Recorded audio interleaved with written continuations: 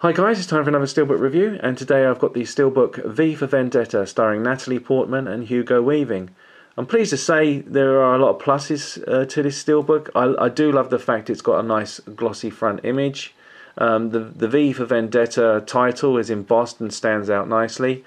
I'm not too sure how people will feel about the border itself, though. It does go through the mask, which which is a shame. It might have been nice to have kept the image on a flat surface, not gone for the, maybe debossed the title. I think that's the best way of going around things like this, is deboss the title, and then you don't have to have the border going through the face. But that's a niggle. Overall, I think the front cover still looks fairly nice. It's all glossy all over. There's the spine. Bit of a fingerprint magnet, this. The fiery V on the back is a little bit low res, but it's also the fact that it's glossy still helps the image stand out quite nicely. So it's not the most fantastic photograph on the back, but the glossy image definitely helps to make it still look vibrant and colourful. Okay guys, well, I'm having to edit this in between my review because for some reason I forgot to open up the Steelbook and show you the inside artwork. There's the disc. I assume this is region free. I can't find any region information on the back art card, and I can't find it on the disc, and it's Warner Brothers, so I'm assuming it's region free. Here's the inside artwork. As you can see, it's the famous mask. And yeah, it's a fairly good image. It stands out quite nicely. So good inside artwork. Unfortunately, we've got the credits on here. I'd rather those be inside, but that's just another niggle. So yeah, it's a nice Steelbook, and I think it's a fair price, £15. It's one of the reasons I have cut back a little bit on Steelbooks, I have to say.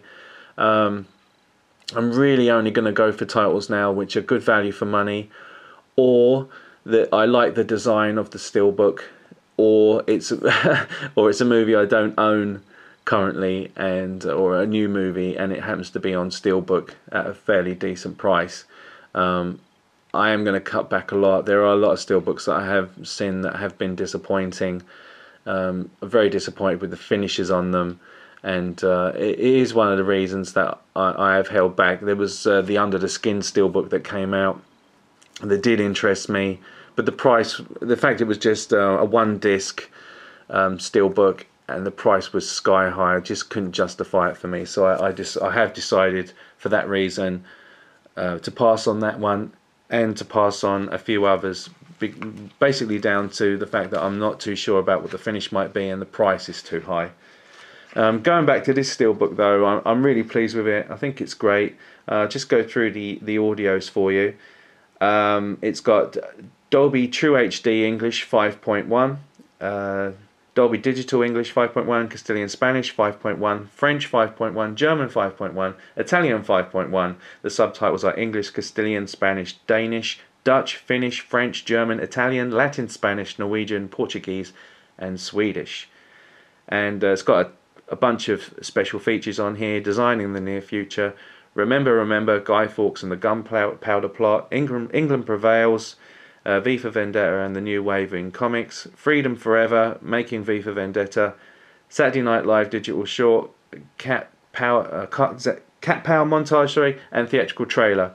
I would actually be interested to see a new sort of documentary on V for Vendetta, especially because obviously the mask has been such an influence in today's society, with Anonymous and people who march through the streets as a political statement.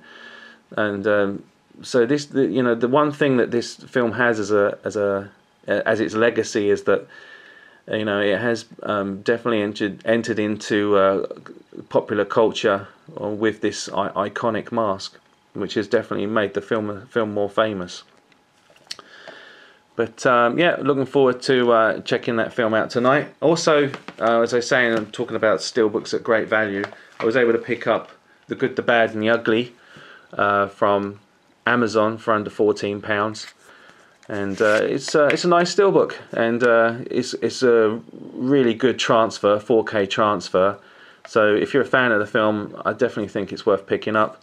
And if you can get the Steelbook for a good price, I'd say go for it, because it's still fairly nice. I would have liked the front cover here to be a little bit more that colour rather than the usual silver as we get, and the orange would, it would be nice for it to stand out a bit more. Kind of having this border here is sort of shows you like what if, and I only wish they would follow suit when they're advertising these Steelbooks as white and they keep turning up as silver. Is another reason I get disappointed with them. But as I can't moan, it's under £14. There's the image on the back. Bit disappointed with the inside image, I have to say, but yeah, it's still worth picking up, guys. Good, the Bad and the Ugly, basically for anything of getting the new transfer, which looks really good. So that's my Steelbook reviews. I'm still doing them, just not as much as I used to, and I hope you enjoyed that one, guys, and I'll catch you later.